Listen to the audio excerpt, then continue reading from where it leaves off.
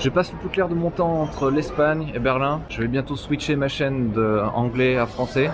Et ça va faire bien 1 an que j'ai pas bouffé de bœuf bourguignon. Vous pensez peut-être que je déteste les Français et la France. C'est tout à fait le contraire. Les raisons pour lesquelles je suis pas très souvent en France ces derniers temps sont tout autres et j'aimerais profiter de cette journée épouvantablement chaude dans les rues de Malaga pour revenir un petit peu là-dessus et vous livrer un petit peu ce que j'ai sur le cœur. Il y a des tonnes de choses que j'aime en France, comme par exemple la cuisine traditionnelle française, la haute cuisine ou la cuisine régionale, la culture, notamment Paris, Bordeaux, Lyon. Ces villes-là bouillonnent dans tous les sens d'artistes, de musiciens, de lieux d'exposition. L'architecture aussi dans ces lieux, c'est fascinant. Paris, c'est magnifique, Bordeaux aussi, Lyon aussi. Après, je parle de ces 3 villes parce que je connais peu les autres villes françaises, mais rien que ces 3 villes-là, elles ont des choses fantastiques à présenter, quoi. J'aime trop la diversité de nos régions et de nos climats, de nos habitants. Vous pouvez aller dans tellement d'endroits différents en France et vivre des expériences tellement différentes partout dans ce même pays. J'adore ça. J'adore ça. Une chose est sûre, les Français, on est les rois du style et de l'élégance. Quand tu te balades à Paris, dans le Marais ou ce genre de bail, tu prends des claques, tu vois des styles de ouf dans tous les sens, des gens trop bien sapés, ça c'est sûr. Quand tu te balades à Berlin ou à Malaga, c'est un peu moins l'apothéose du style. Les gens s'en branlent un peu plus. Et d'un autre côté, c'est sympa aussi. Et enfin, ce que je veux dire là, ça va peut-être être une évidence, mais ce que j'aime énormément en France, c'est les Français gentils.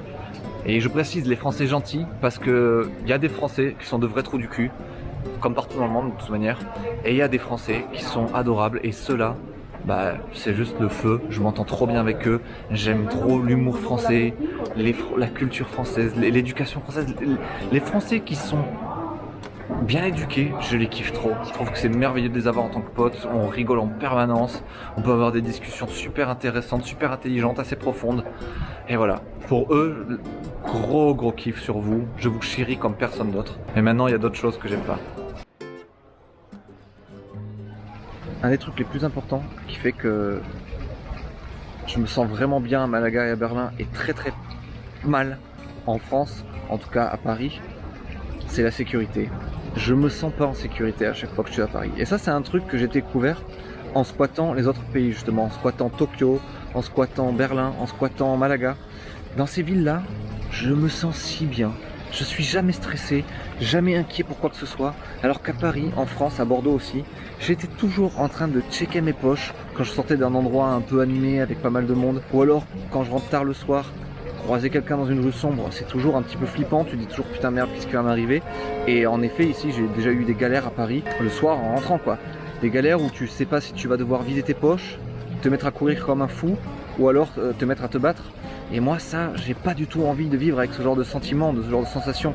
Genre je suis une boule de gentillesse et d'amour et j'ai pas du tout envie d'avoir en moi, avec moi, ces sentiments où t'es toujours un petit peu flippé, toujours un peu à faire attention. Alors bien entendu, tu peux complètement vivre avec. J'ai vécu en France comme ça des années sans problème. Mais en fait, en me rendant compte qu'à l'extérieur c'est pas comme ça, ça fait que ouais, j'ai pas envie du tout de réexpérimenter ces choses-là, je veux plus ça. Un truc qui m'est très difficile à supporter en France désormais, c'est la frustration générale, les frustrations ambiantes. Dès que tu rentres dans le pays, dans les files d'aller à l'aéroport, tu sens déjà que les gens sont tendus de ouf. Ça se bataille dans tous les sens, ça se gueule dessus. Et tu sens, ouais, qu'il y a quelque chose de stressé dans l'air. Et c'est pas très agréable. Et en fait, quand tu viens un petit peu dans la ville, tu te rends compte en effet que tout le monde est super tendu. Personne n'est vraiment très heureux de sa situation, et peut-être à juste titre. Et je sais que la situation sociopolitique en France, elle est ultra complexe, donc je me permettrai absolument pas de la juger, de jeter la pierre sur qui que ce soit, mais toujours est-il que le résultat final, c'est que ça galère. La frustration est partout, et ça c'est lourd.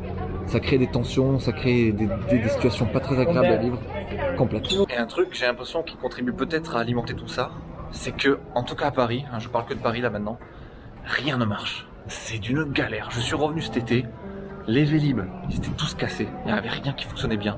Les Lime, les trottinettes là, elles étaient toutes pétées, explosées, impossible d'en prendre une seule. Les transports en commun, c'est pas ça, ça galère de ouf, c'est embouteillé en permanence, donc forcément ça crée de la frustration.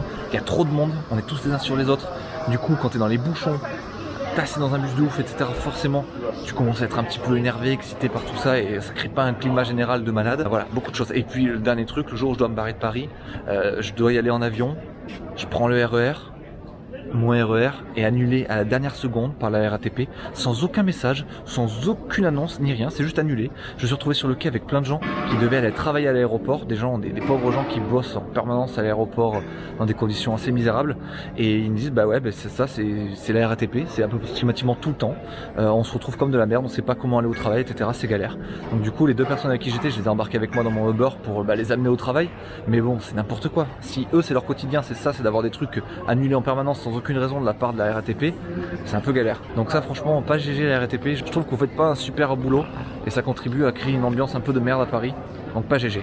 Et aussi je sais pas trop ce qui se passe en France avec la jeunesse, mais j'ai l'impression que c'est un petit peu délicat avec la jeunesse, c'est un peu, comment dire, c'est un peu une jeunesse maladroite, dans le sens où je pense qu'on a tous envie d'être potes, tous envie de faire des trucs ensemble, mais on se regarde tous plus ou moins en chien de faïence et il y a énormément de glace à casser avant de commencer à pouvoir parler confortablement avec des gens. Du moins en tout cas à Paris c'est comme ça, c'est un petit peu difficile. Alors qu'encore une fois, par exemple à Berlin, j'ai l'impression que c'est super simple de parler avec d'autres gens. Tout le monde est plus ou moins à l'écoute et ouais, tu peux avoir des discussions assez simples, peut-être parce qu'il y a plein d'étrangers dans tous les sens et que du coup on est tous plus ou moins étrangers dans Berlin, mais à Paris je pense que c'est un petit peu le même délire. Donc c'est dommage, on est maladroit. Je suis sûr qu'on est une jeunesse incroyable et qu'on pourrait faire des tonnes de choses tous ensemble, mais on est un peu galère. Voilà. Ça j'aimerais bien que ça change. Faisons des efforts dans ce sens-là. Comme je vous dis, quand on a la tête dans le guidon, quand on vit dans le pays, on se rend pas forcément compte de toutes ces choses, donc on peut complètement vivre avec ça. Pendant des années, j'ai vécu avec cette sorte d'insécurité dont je vous ai parlé, pendant des années, j'ai vécu avec la frustration générale, blabla. Tout ça, c'est possible. Et même, ça se trouve, toutes ces choses-là, je vais m'en rendre compte que ça existe aussi à Berlin, aussi à Malaga. C'est possible. Sauf que pour l'instant, je découvre tout ça avec des yeux nouveaux, donc j'ai l'impression que tout est fabuleux, que tout est dans le meilleur des mondes, blablabla. Il y a peut-être plein d'autres problèmes qu'on n'a pas en France et qu'ils ont ici. Mais en tout cas, c'est pas ça qui m'a fait me barrer de la France. Si je suis parti de France, c'est parce que j'ai été coincé pendant 6 mois dans cet appartement à Malaga que j'ai acheté. J'y suis venu pendant le Covid parce que je me suis dit vu que tout est bloqué en France, les restos sont fermés, les bars sont fermés et tout, autant aller à Malaga ça va être plus fun.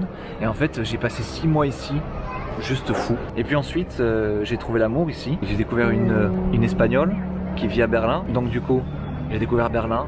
Je me suis senti super bien à Berlin.